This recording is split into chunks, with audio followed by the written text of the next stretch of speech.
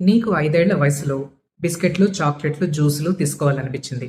చిన్నపిల్లాడివి కదా! సంతోషంగా పెట్టారు పేరెంట్స్. నీకు 10 ఏళ్ల వయసొచ్చింది. తరచుగా నీకు ఆకలి వేస్తోంది. ఏదో ఒకటి కాస్త తియ్యగా తింటే బావున్ను అన్న కోరిక కలుగుతూ ఉంది. అయినా కూడా చిన్నపిల్లాడివే కదా! ప్రాబ్లమ్ ఏం లేదులే. నీకు 15 ఏళ్ల వయసొచ్చింది. నీ క్లాస్‌మేట్స్ కన్నా కాస్త ఓవర్ వెయిట్ ఉన్నావు. ఇంక లాభం లేదని డైట్‌లో కొన్ని మార్పులు చేశావు.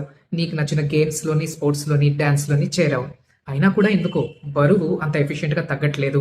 మొహం మీద పింపుల్స్ వస్తున్నాయి. నీకు 25 ఏళ్ల వయసొచ్చింది.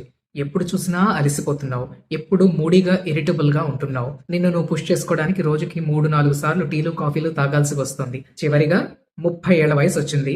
డాక్టర్ దగ్గరికి వెళ్ళావు. అప్పుడు పడింది నీ పైన లేబుల్. ప్రీ డయాబెటిస్ అని గాని, లేదా షుగర్ వ్యాధి డయాబెటిస్ అని గాని, దానితో పాటు ఫ్యాటీ లివర్ అని. ఇప్పుడు చెప్పండి, షుగరు, ఫ్యాటీ లివరు 30 ఏళ్లకొచ్చాయా? ఐదో ఏట ప్రారంభమయ్యాయా?